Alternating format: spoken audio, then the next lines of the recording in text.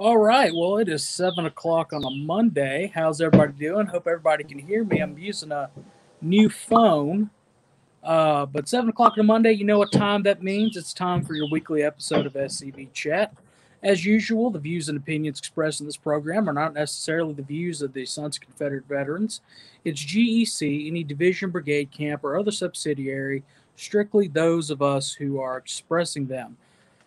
Hey, guys, how was y'all's week? Ooh, it's been busy. It's been real busy. Busy. Well, if y'all saw the live stream, the impromptu live stream on Saturday night, of course we know where the Lieutenant Commander-in-Chief and the Commander-in-Chief were, and they were in Arkansas. And how would y'all tell us, remind everybody what happened with the unofficial divisional challenges that are going on out there? I wasn't expecting that. Was you, Jason, Saturday night? Boy, those guys in Arkansas stepped up. I can tell you that. Oh, yeah. Yeah. I tell you what. Well, let's see. Let's go back. California issued a challenge to every division to meet their donation and surpass it. California did 500. Then we went Missouri. Missouri did 750. And then Tennessee did 1,000. And Arkansas did 1,400 with less than 50 people at the banquet. Yep.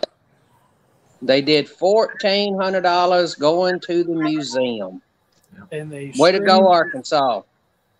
Now Louisiana's up. Will they rise to the challenge? Well, I'm pretty sure. So you guys, go ahead, Matt.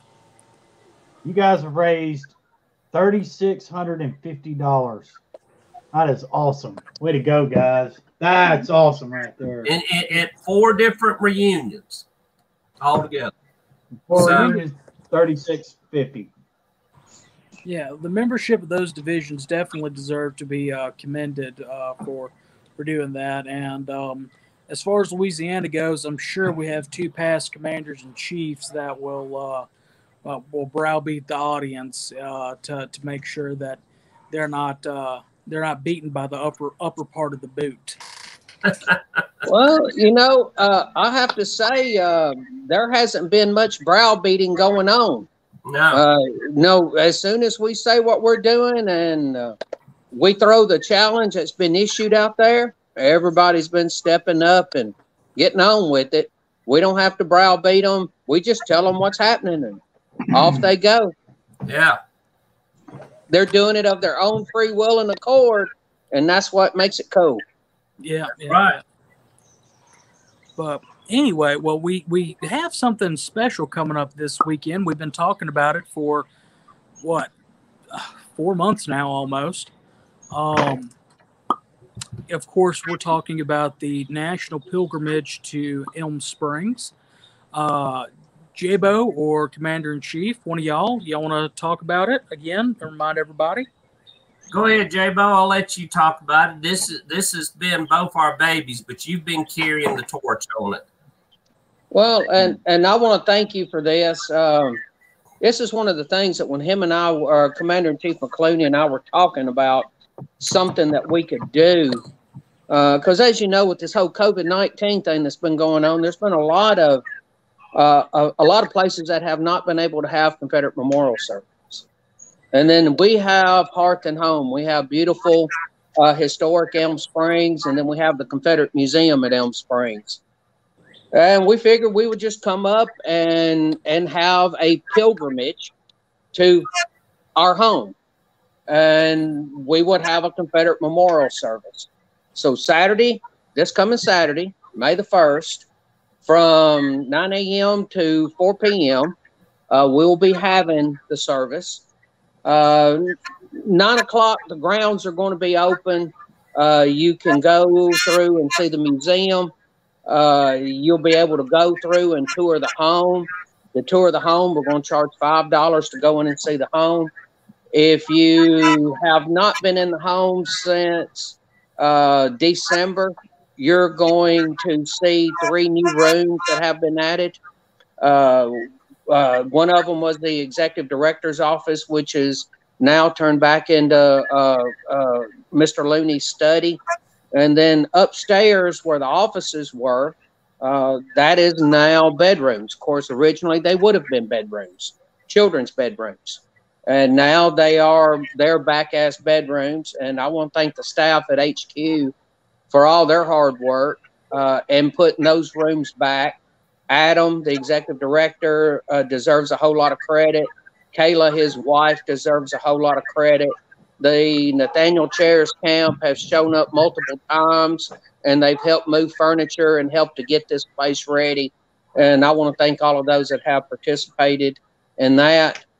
At 10 o'clock, we're going to have Michael Hardy speaking, and Michael Hardy's been a guest on SCV Chat a couple of times. He's a regular visitor. Plus, he has his history chat on Sunday nights, and those are always very interesting.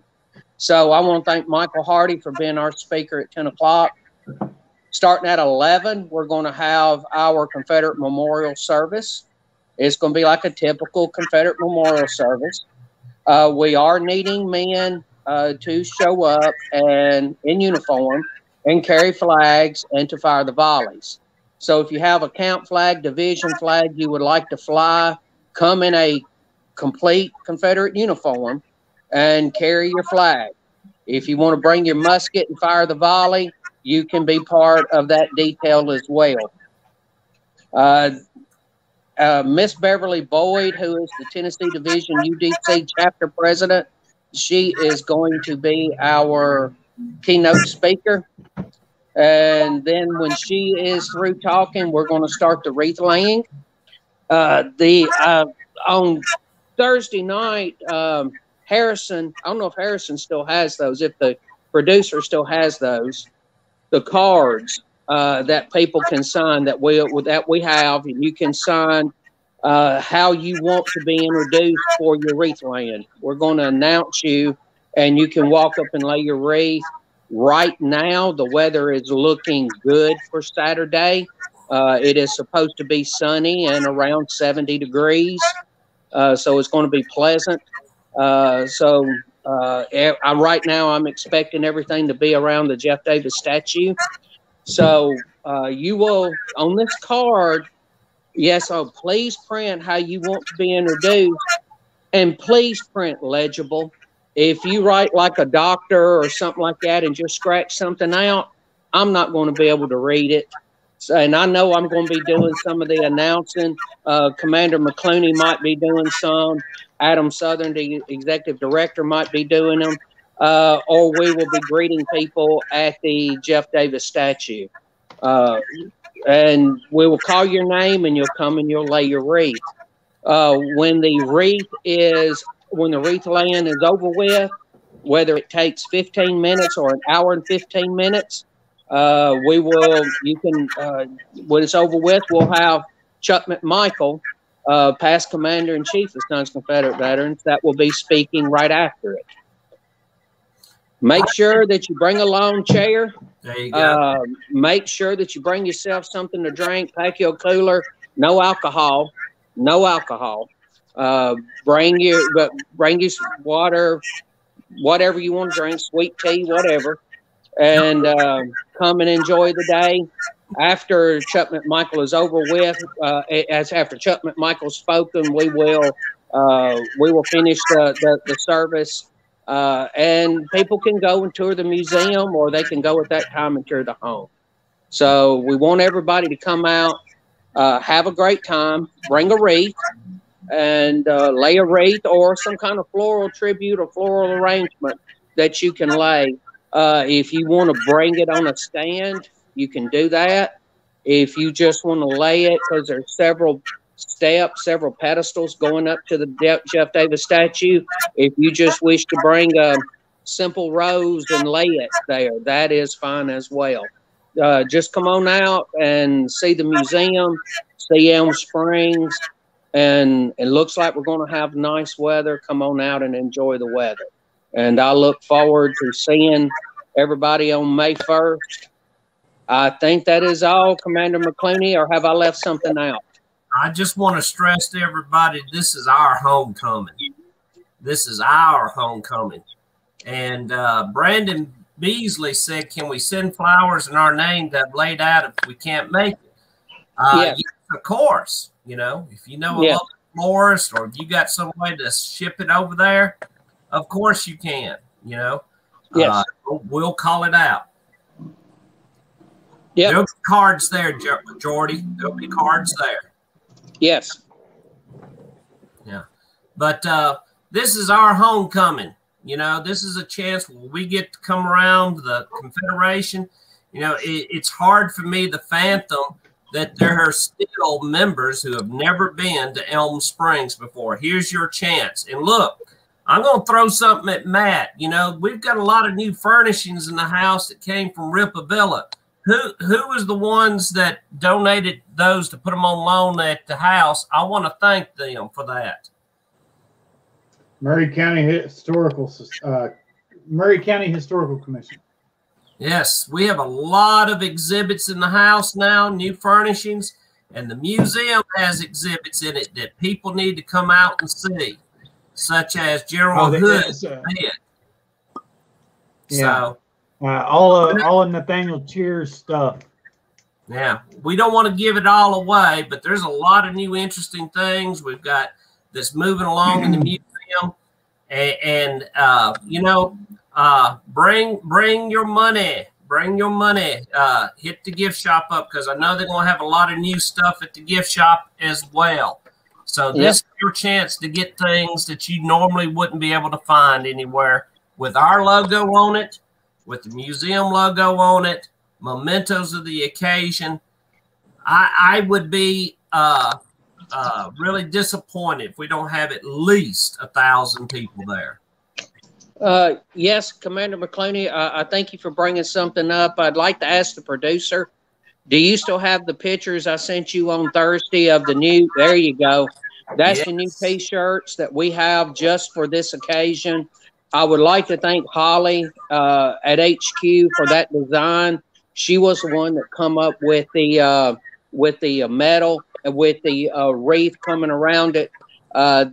That's brand new, and you'll be able to pick that up there. And there is another one that has the regular SCV 1896 logo with the home on the back. So that's 2 brand new T-shirts that have just come in. They come in just last week, getting ready for this. Yes. And that's it right there. You know, make sure you go and you're able to go through the gift shop. There's a whole lot of things there, a whole lot of new items there. The museum itself has really come along. All the people at HQ, including Matt that is on here, they've done so much work lately on helping getting artifacts inside the museum and get them going. Him and David Cost and just Holly's work, Adam's work. And then I feel like I need to mention Ed Butler's cabinets. I know we talked about those on Tuesday, and there was a couple of pictures I sent the producer concerning those on Thursday night.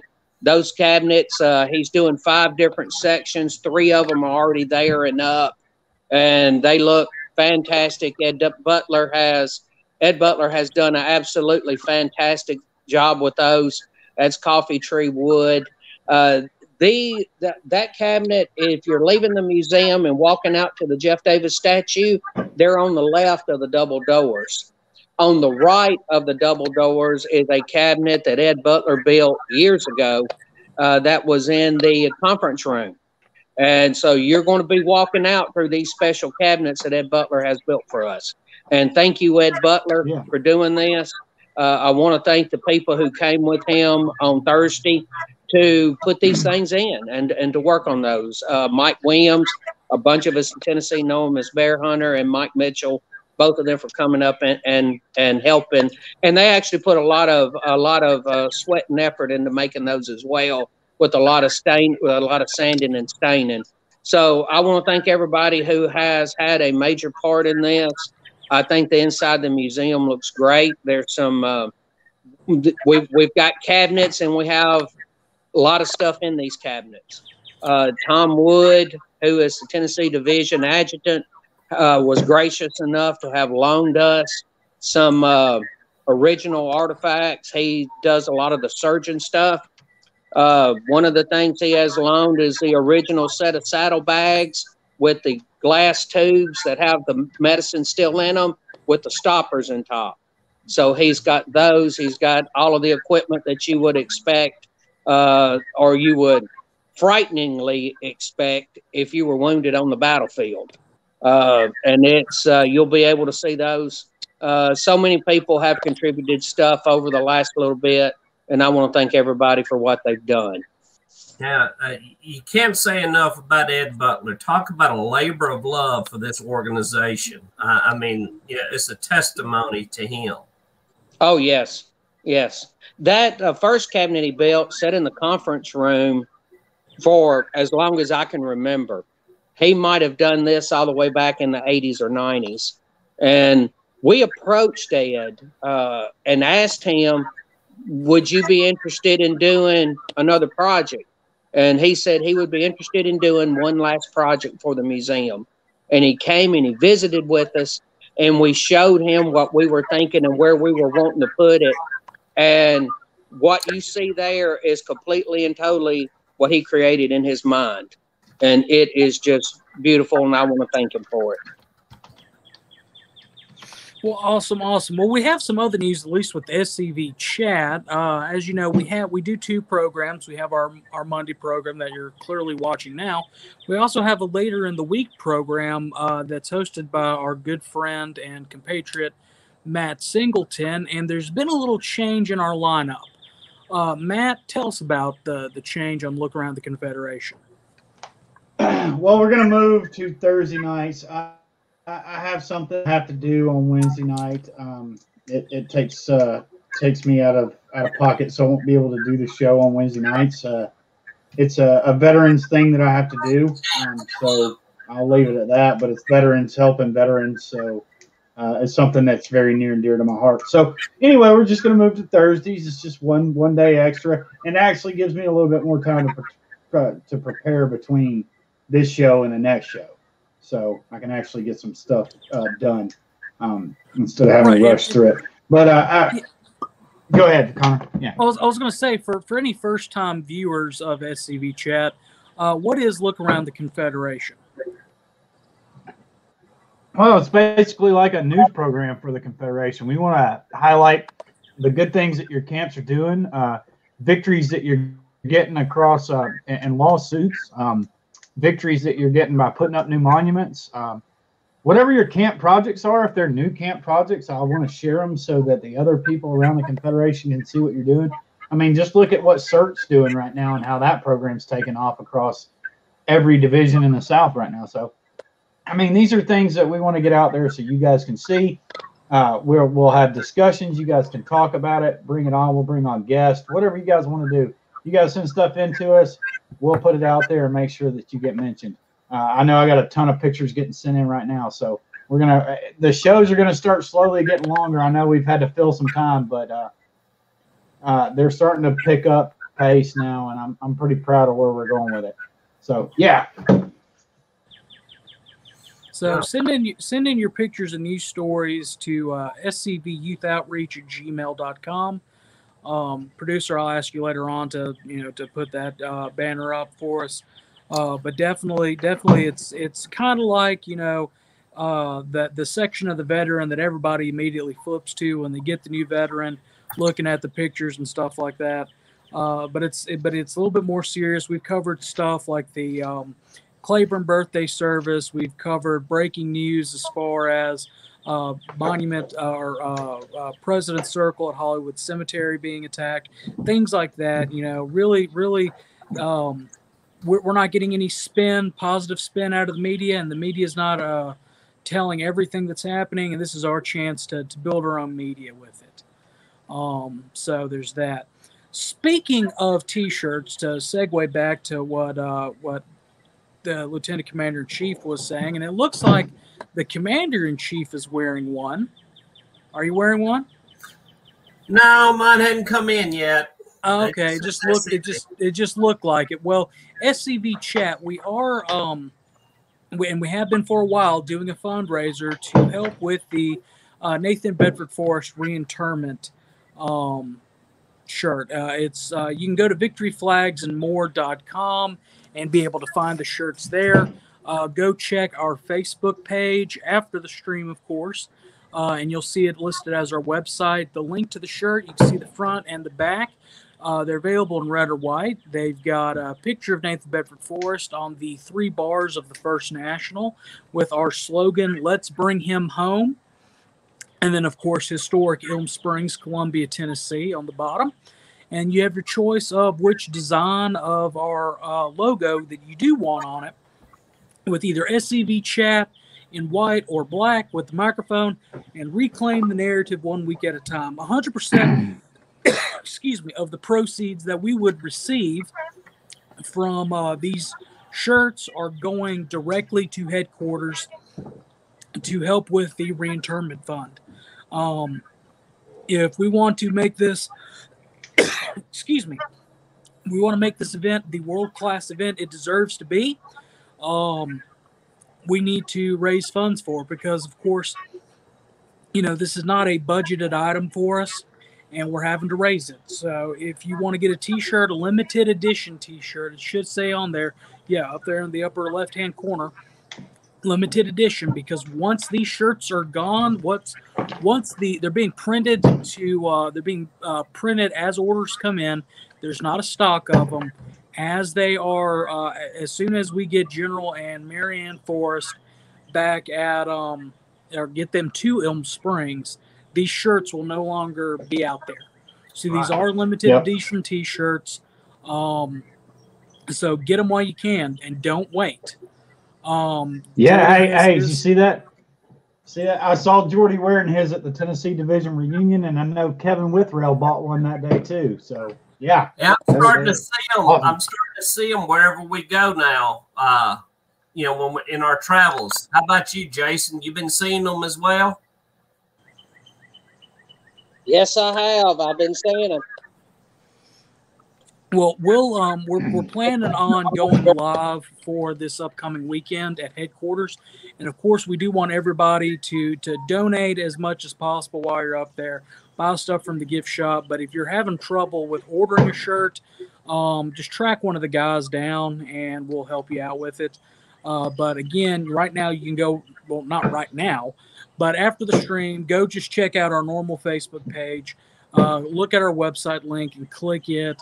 We're very, very fortunate to be working with the good folks at Victory Flags and More. And while you're there, just check out and see what they've got. They've got stuff that headquarters doesn't have as far as flag merchandising.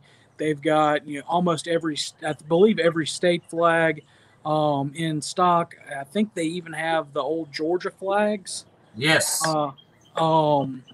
They've got military branches of the military flags. They've got, if you like Victory Flags and More, go to Victory Flags and More.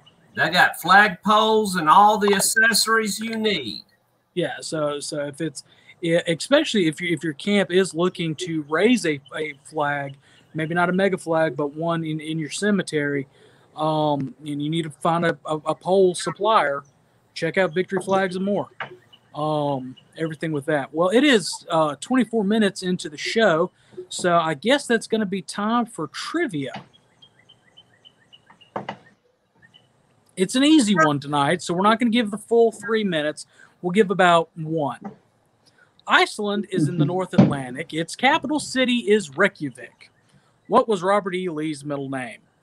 What does the E stand for in Robert E. Lee?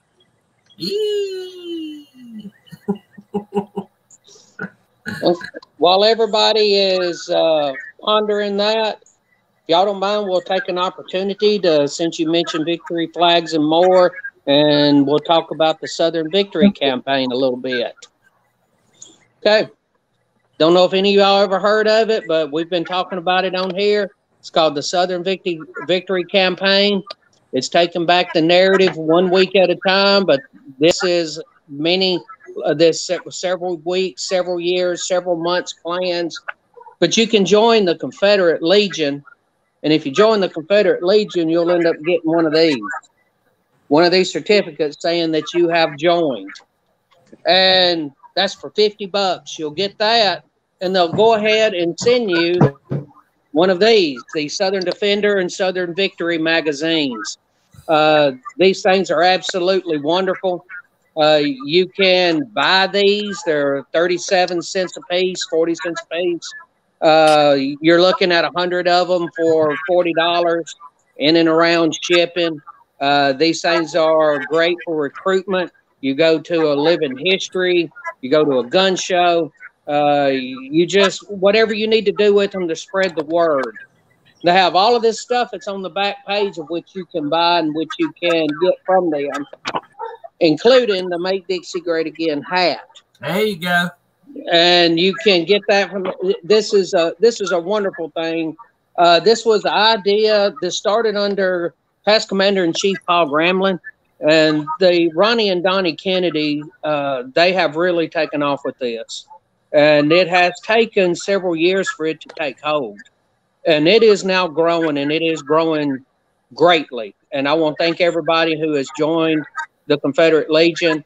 Go to the website, go to Make Dixie Great Again, and download the videos. You'll see videos that our Commander-in-Chief has done, and you will see videos that help with recruitment. They can be played as radio ads. If you want to buy some radio spots, and if you're needing help with that, you can reach out to the Make Dixie Great Again campaign, and they'll help you with getting the word out about what you're doing. And I just wanted to keep promoting those because they are headed in the right direction. It is, the whole point of this is to take the narrative back. The whole point of the Southern Victory Campaign is to take the narrative back. And this is us taking it back. And I want to just mention them, thank them for what they're doing, and thank everybody who's done it. Yeah, I got my certificate in this week as well.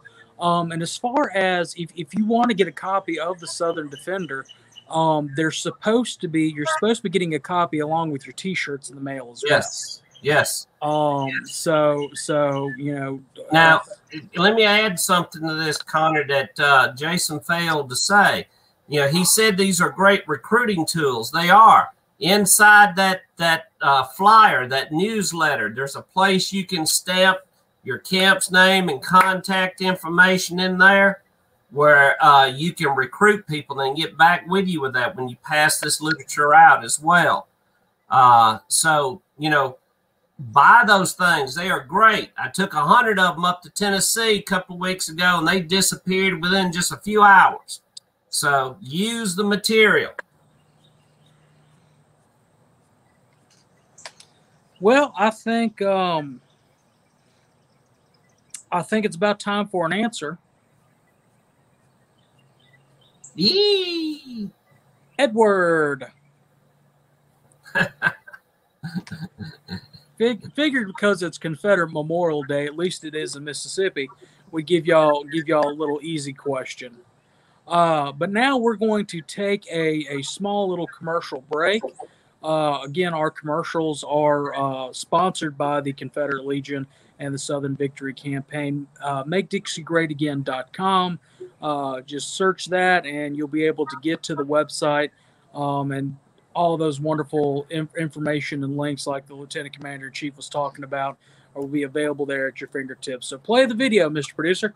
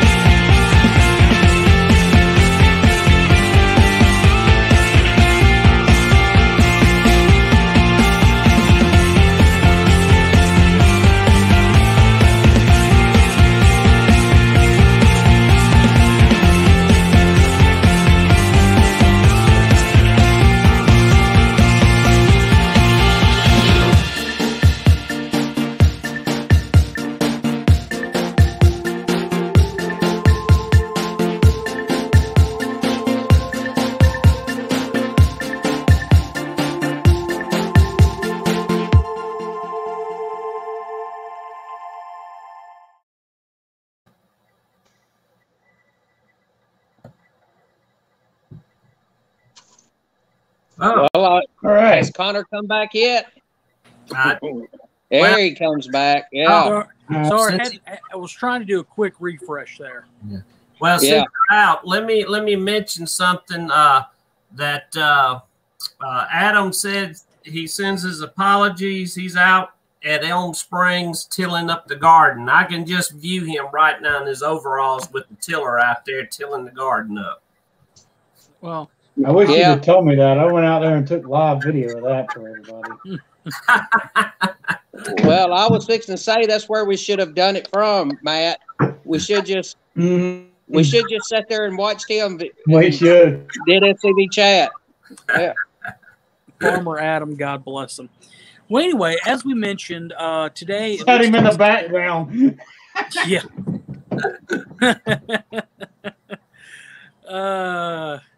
Anyway, as we mentioned, today, at least in Mississippi, I'm sure it is across other southern states, it is Confederate Memorial Day.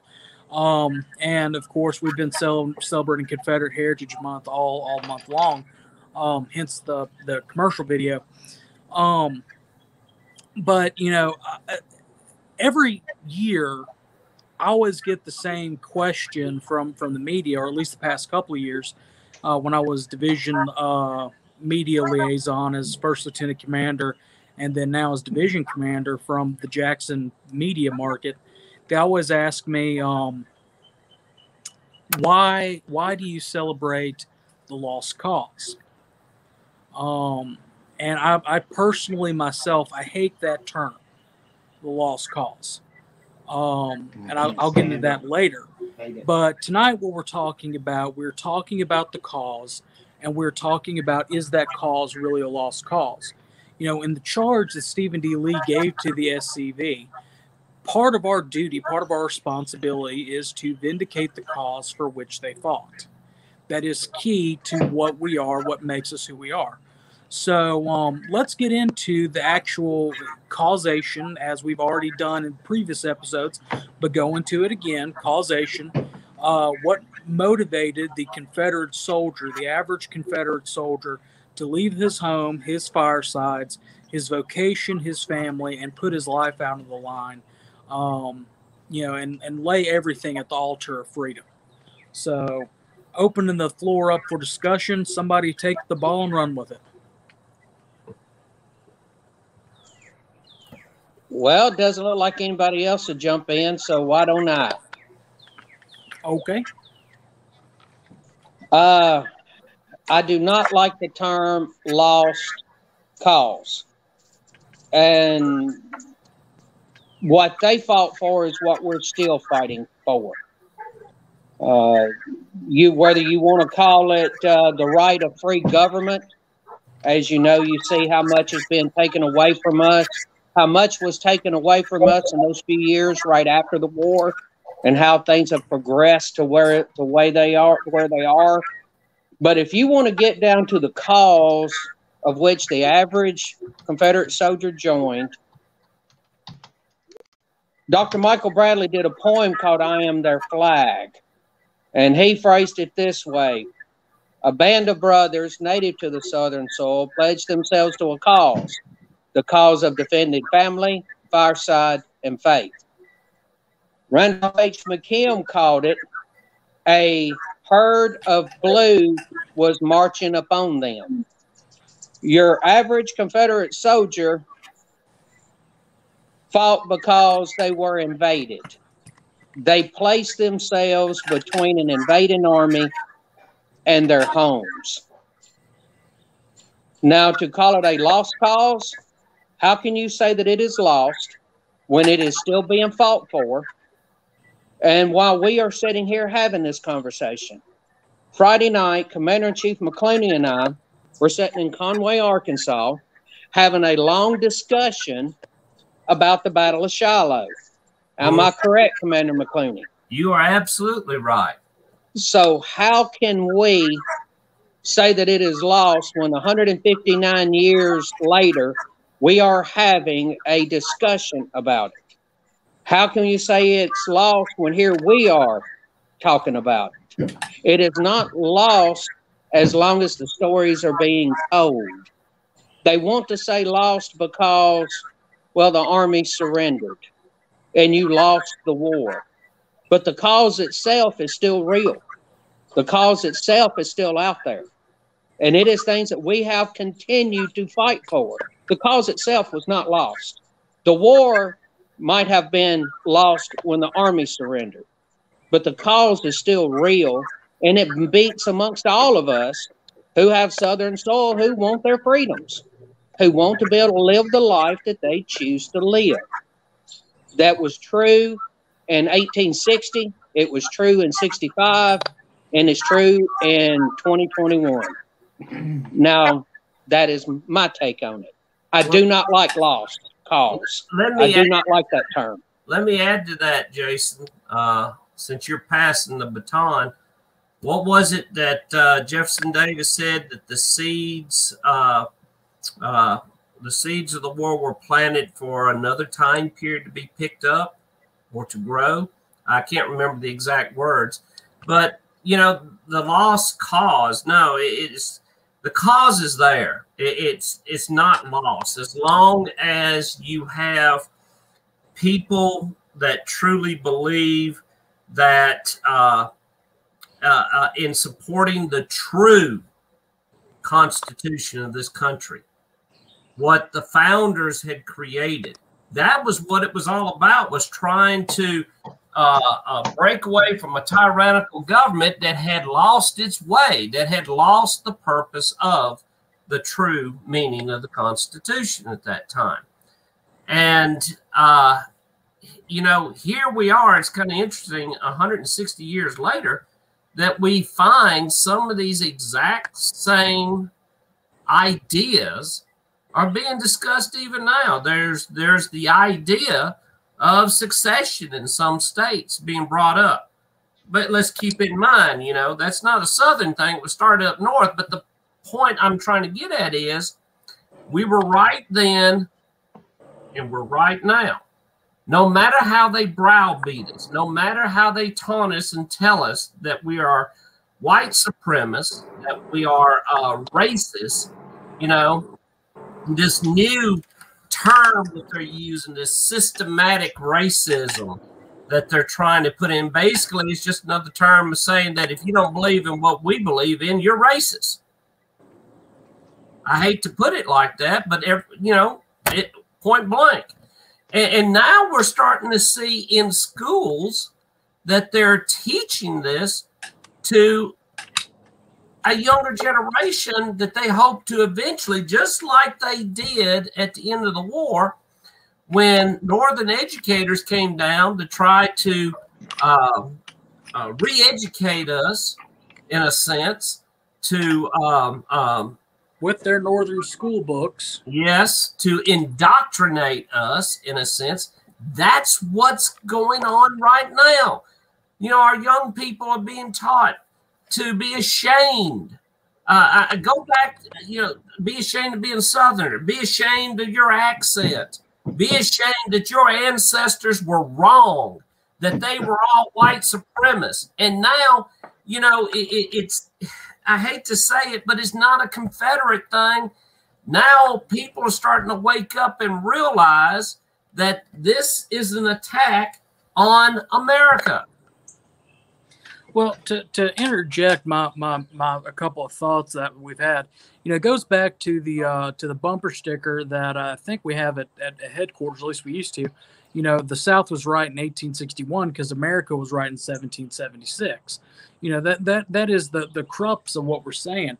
And if you remember in the movie The Patriot, there's at one point when right when Mel Gibson is deciding to join up the South with the South Carolina militia, he and Heath Ledger are at a camp after a battle, and there's a Betsy Ross tattered flag laying on the ground, and Heath Ledger picks it up, and a wounded soldier looks at him and says, "It's a lost cause."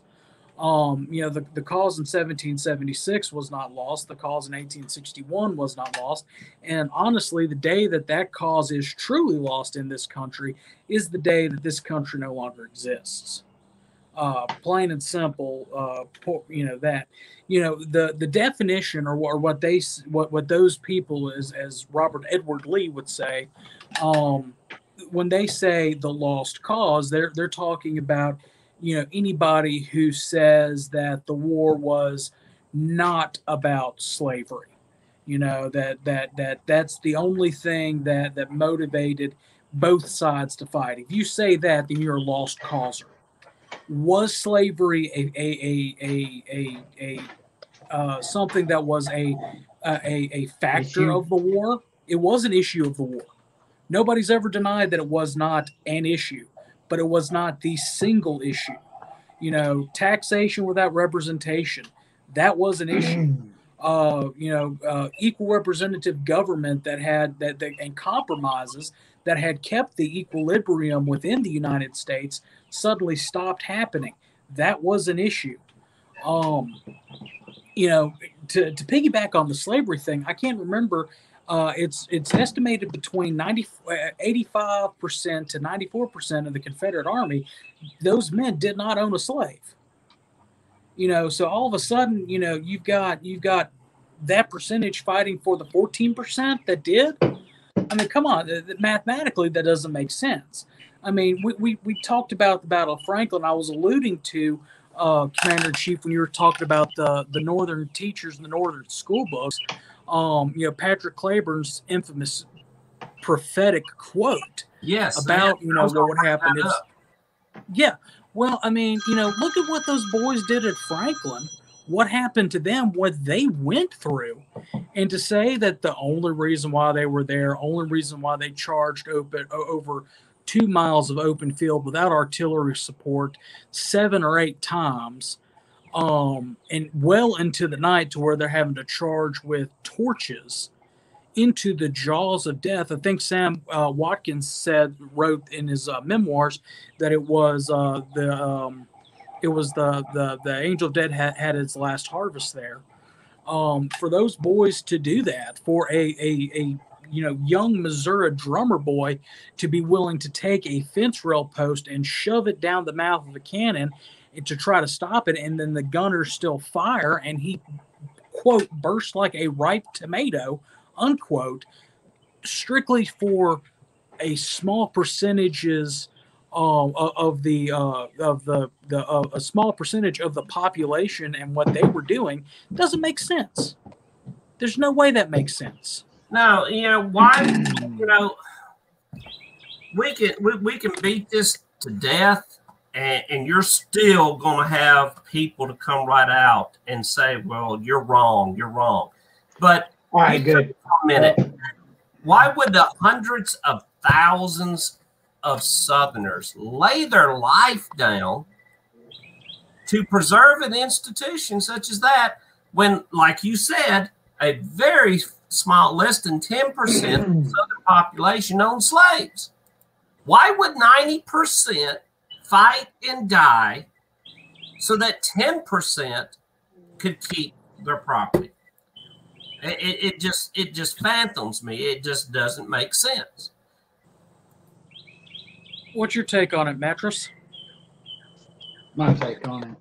All right. So if I'm at home and 75,000 troops are raised up to come into my home and tell me what I can and can't do, I'm going to shoot you too.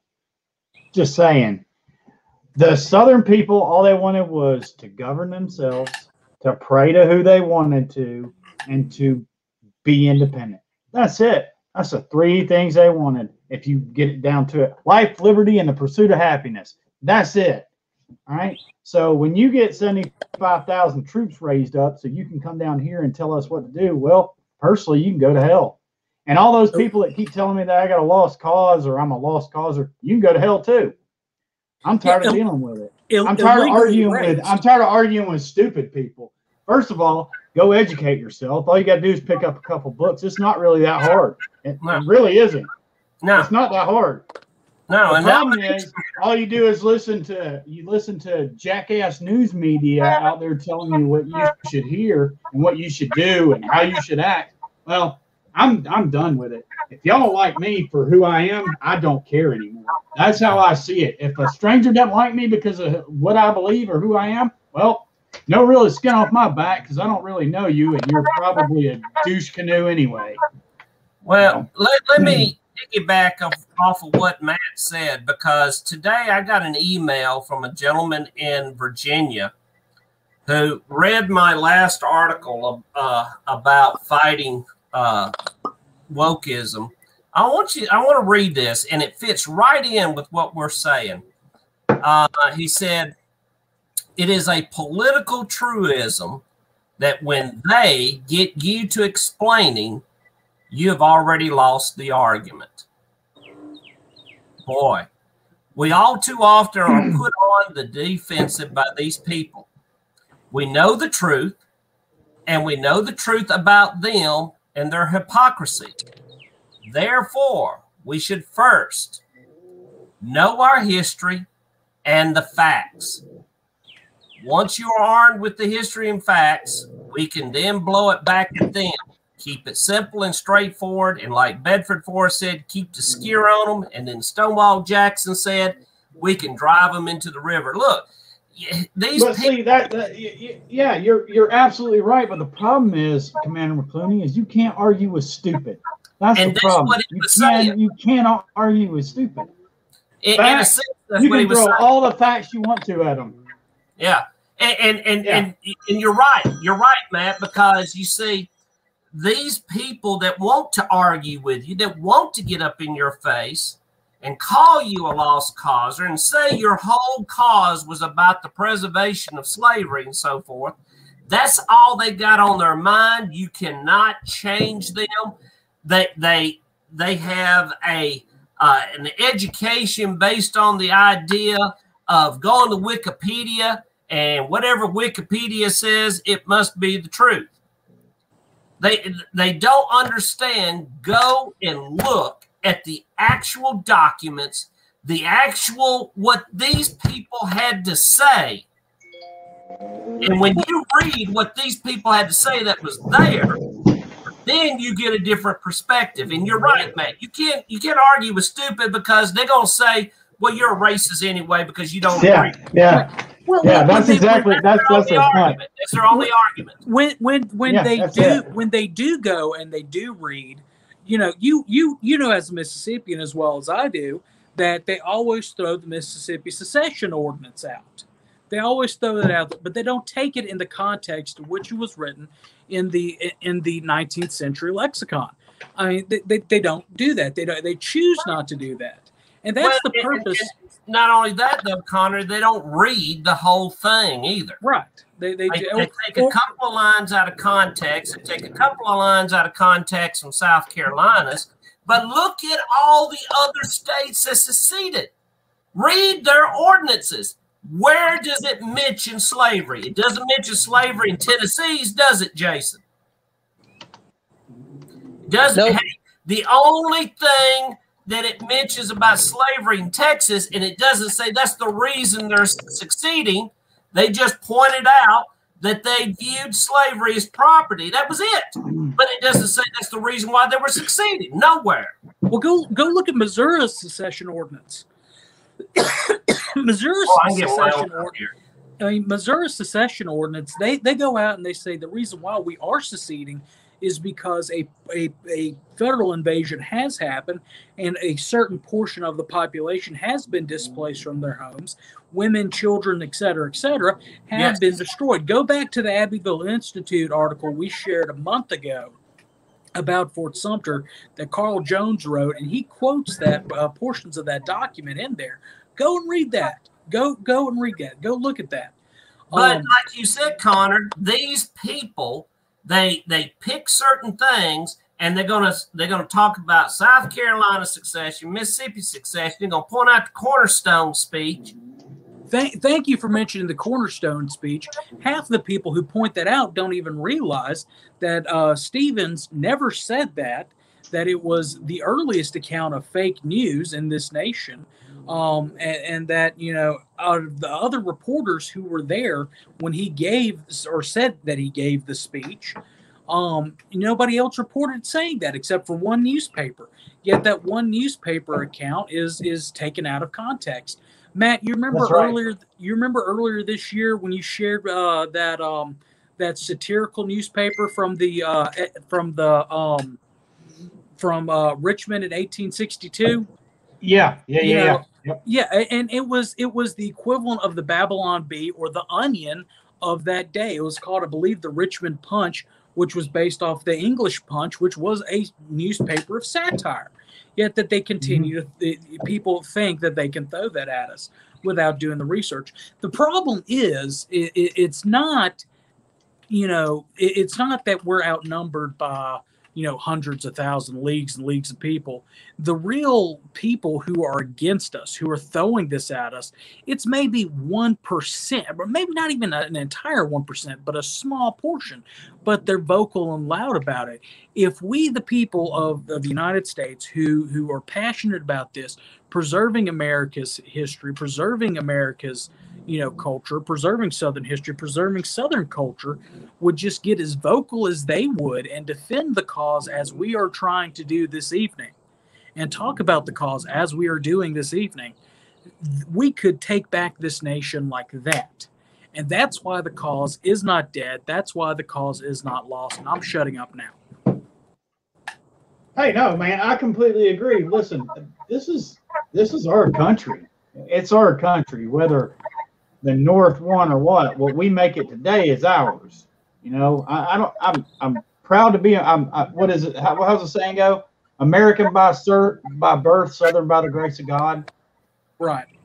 That's exactly how I feel. I'm super proud. I'm from the South, and I've lived in daggum every Southern state there is. But I'm also proud to be an American because I was born as an American. I fought for the American Army. I went to war for the American Army. I love my country. But make no mistake, I love the people of the South a lot more than I do other people. Yeah. Yankees. I'm saying Yankees. I'm just going to throw it out there. I don't really care for people from up north. I'm sorry. That's just besides views and opinions are mine. Besides Cousin Benny and Matt Evans up there, I don't consider them Dennis Yankees. Palmer.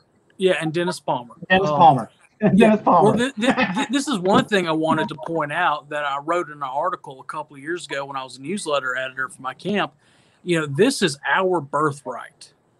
It's ours. It is our birthright, paid for by our ancestors.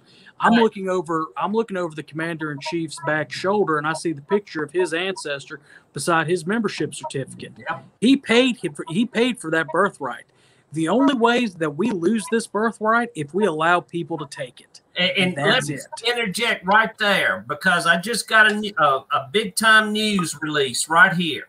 Since you're talking about the lost cause and they say everything we've done is lost, it's over with, well, here's news from Tennessee, from Arkansas. Arkansas had a bill going into their legislature to do away with Confederate Flag Day. Well, today that bill was killed. Talk about a big victory right there for the Confederation. Amen. Well, good job to the compatriots of Arkansas who stood up and got us that W.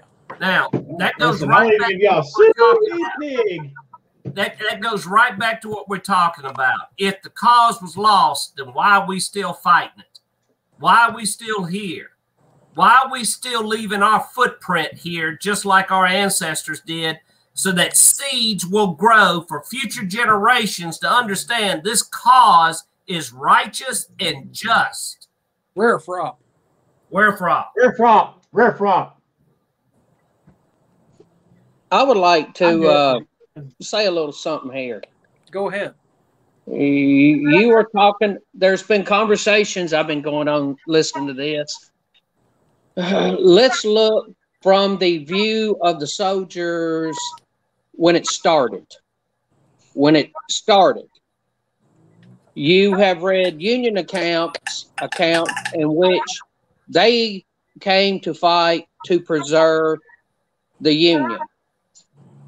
When it first started, you had boys coming out of Mississippi, out of Tennessee, that went to fight, in their words, for the right of self-government and for states' rights. Now, that was their words at the time. And if you want to get specifically about it being about home, you mentioned Franklin. Todd Carter stood on Winstead Hill and said, boys, I'm going home. The Carter house was his parents' home. He was brought up in that house. And it was now had federal troops in and around it and artillery pieces setting up around it, and Federals were entrenched. He went to defend or protect or get control of his home. He ended up getting shot, got shot in the head. They found him. They brought him in the house, and he died a few days later. Now, that is defending home. Now, when you have at the beginning of the war, federal soldiers saying they are preserving the Union, and you have at the beginning of the war, Confederates saying, Southern soldiers saying they are going to defend states' rights and the rights of self-government. The only thing I can say as things went along and the waters got muddy, as propaganda has a way to make the waters muddy, we know what they want to say that it is about. Now, there were multiple causes of the war, multiple causes. But if you want to narrow, but they want to come it down to one word, one phrase. If you want to cut it down to one word, one phrase, follow the money. Period. We talked about that Saturday night. Follow the money. That's all I got to say about it. Now, was it lost? It can't be lost if we're still fighting about it. Can't be.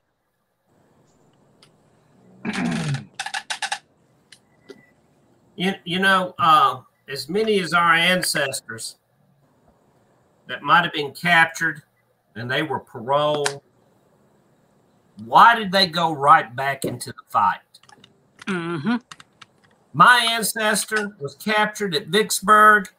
He took his parole papers. He was not supposed to go back into the fight until he was properly exchanged. 2 weeks later, after he signed his parole papers, he was back in the fight in another unit. Why? He was that close to home. Why would he go and leave his home and go back into a fight that he knew was hell? Well, it's like you talk about Shiloh. My fifth great grandfather Nathan lost an eye at Shiloh, charging across Ray's Field with the 6th Mississippi Infantry. I'm still sitting out here looking at a Hardee flag right now, flying it in his honor. After he was discharged a year later, after having lost the use of his eye and the ability to eat, hard food for the rest of his life, he still re-enlisted in a cavalry company and surrendered to Gainesville, Alabama with Bedford Forrest. You know, it's that. The other thing I wanted to bring up, the reason why the cause is not lost is because of Reconstruction. That's why the cause is still alive to this day with us, because what our ancestors went through during Reconstruction. Mississippi. Go ahead. I was going to say Mississippi. The year following the end of the war, Mississippi spent 1/5 of her annual budget on prosthetic limbs for our soldiers. 1/5 of our budget. I don't even think education in Mississippi gets 1/5 of our budget. No. But we spent in 1866. We spent 1/5 of our budget to buy prosthetic legs and prosthetic arms for our sons, so they could come back and have some try to be as whole as possible. Now imagine, being a young man, having seen your father go off to war, and come back and he's missing a leg, and now he's trying to plow a field to be able to provide for you and your sister and your mother while he's wearing a wooden leg. and then suddenly he can't continue on, and within the year you lose the farm because of taxes. Well, let's look at everything from a modern sense. If the cause was lost and they won it, then why are we here in Congress, one particular congresswoman by the name of AOC saying they got to take back the South? Does that sound like a declaration of war? Does that sound like the cause was lost? It sounds like to me she has thrown the line and is attacking us. I tell you, I'm fixing to get all wound up. I think my face is fixing to be as red as my shirt here in a minute. You're probably going to need to put a sweatband around that hat to absorb you getting so hot, because I think you're getting the thumps on us. Yeah. You know, it just drives me up the wall when someone sits there and says that they got to take back the South. That tells me they never had us to start off with. Okay, now let's just touch on what you said there. Okay. She's not exactly the brightest bulb in the chandelier. Well, they have to take back the South. Why? Because we are the last bastage, the last stronghold, the last castle of what made America, America. What was founded in 1776 is what the South holds dear. The right of self-government, the right to be able to rule yourself, the right to be able to attend church where you want to, the right to carry a firearm if you want to. That blood still flows through all of us. That's what is being tried to eliminate. They want to eliminate what has made America, America, and turn it into something completely different. The point is, they want, whoever they is, they want America to be different. America is fine the way that it is. If we would just get back to what made our country so valuable, what was so worth fighting in 1776, because those people in 1776 knew what it was like to be under the thumb of a ruling empire, and they wanted out. That's the reason why, because in 1860, their fathers and their grandfathers and their great-grandfathers and their uncles, they had heard all of these stories on how and why 1776 was so important. That's the reason why when the roll was sounded and the drums pounded and the war is going to start, that's the reason why they left their home in Mississippi and went to Virginia to fight, because they wanted independence. It was the first thing they want to do is completely misname everything and call it a civil war. This was not a civil war. They want to call it a lost cause to make people quit and forget about it. That's right. That's right. Amen. So just do away with the lost cause. It is a bad phrase. Was the war lost? The army surrendered. If you don't think we're still fighting, look around you. Amen. Amen. Look, let me say something right here. You know, that they was talking about we got to retake the South. Now, me as an educator, every state sets its own educational curriculum. That's states' rights in action right there. Not only that, every community that has a school gets to dictate what they want to add to that curriculum. That is self-government. That is states' rights in action. Now, somebody sent me a message a while ago that says states, not the federal education department, should control the education curriculum. Look, federal government does not control the state of Mississippi's education, but I will tell you what happens. If your state takes federal money, then you open the door up for the federal government and say, this is what your kids have got to learn. Do you know where the Department of Education is in the Constitution? Nowhere. The 10th Amendment. Well, yeah, States' Rights Amendment. All I can say is, with Follow the the money. shillings, with the shillings come the shackles, There and you it is about the money. That's right. Always about the money. Yep.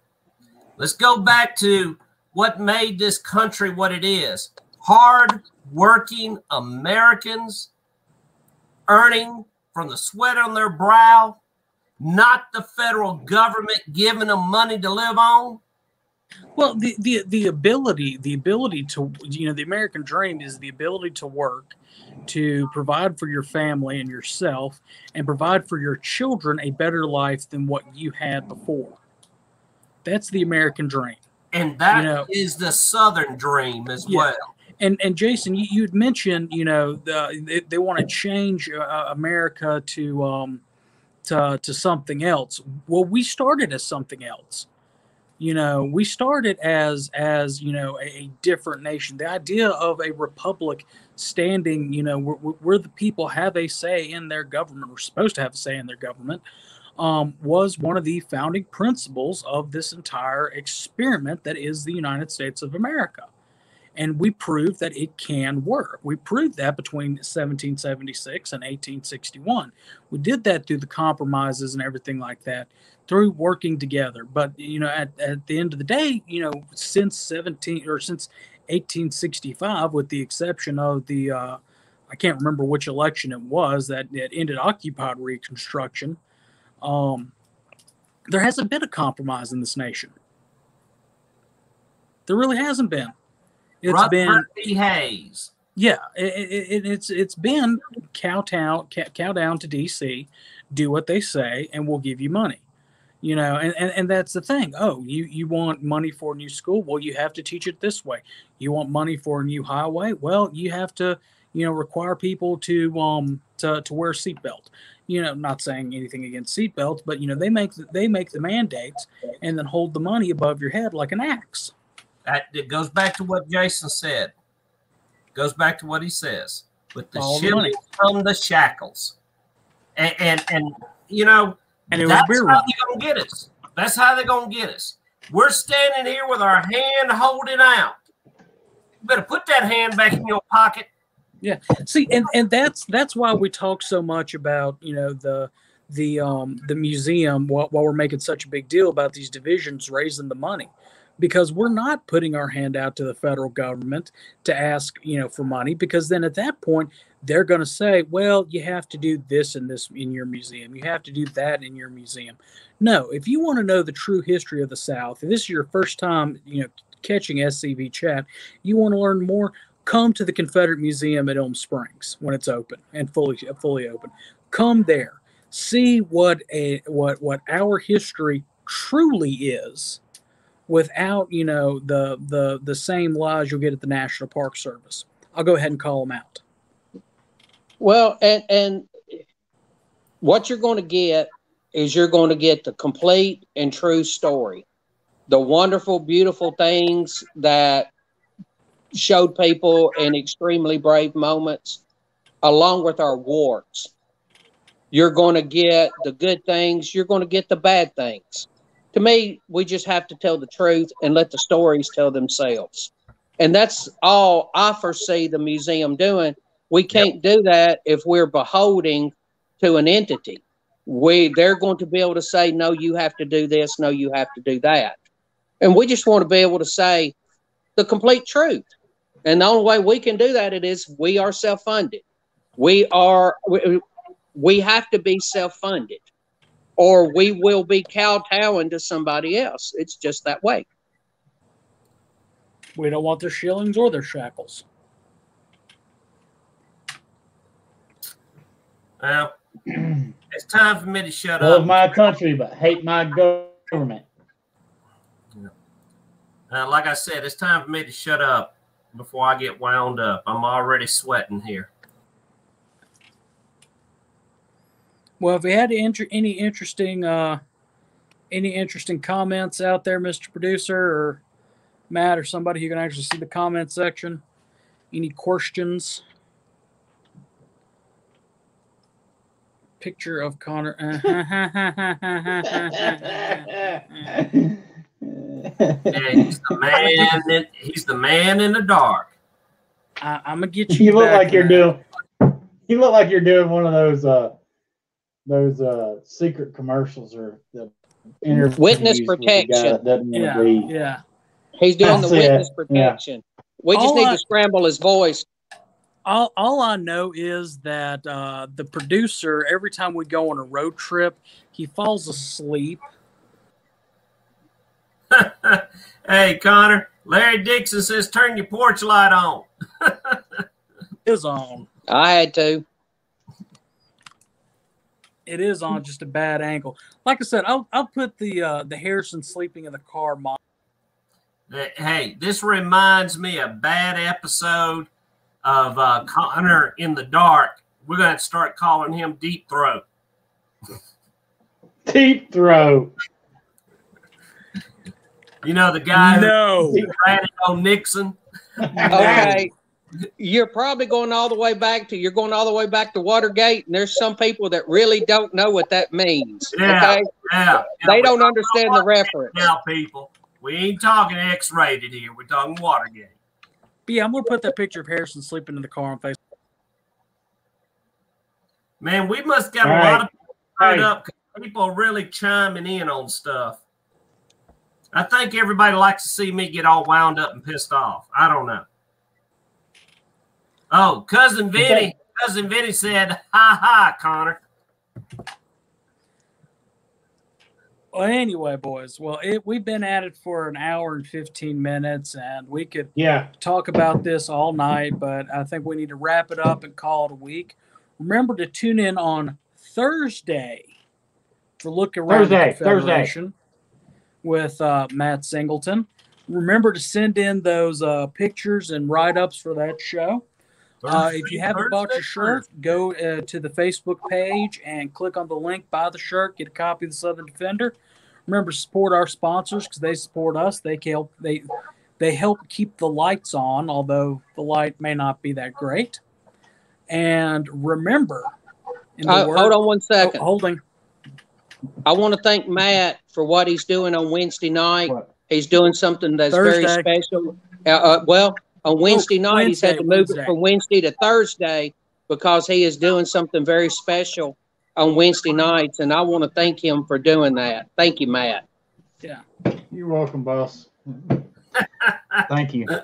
Thank you. I appreciate it. Well, Matt is. Just want to make sure veterans are getting what veterans need to get what they deserve, and I've gotten a lot because I've yelled at the VA a lot and learned how to make them hate me. So when they hear me call, they kind of start doing stuff because I don't take no crap from the VA. Yeah, no, I'm not a true hero. Everybody needs to remember Thursday night because Matt's numbers are really going up. People are starting to watch his show.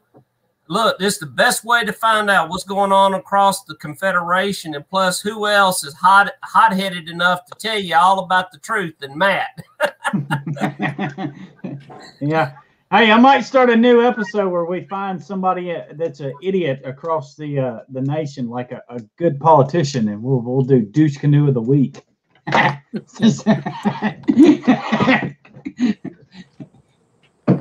Well, anyway, y'all like that?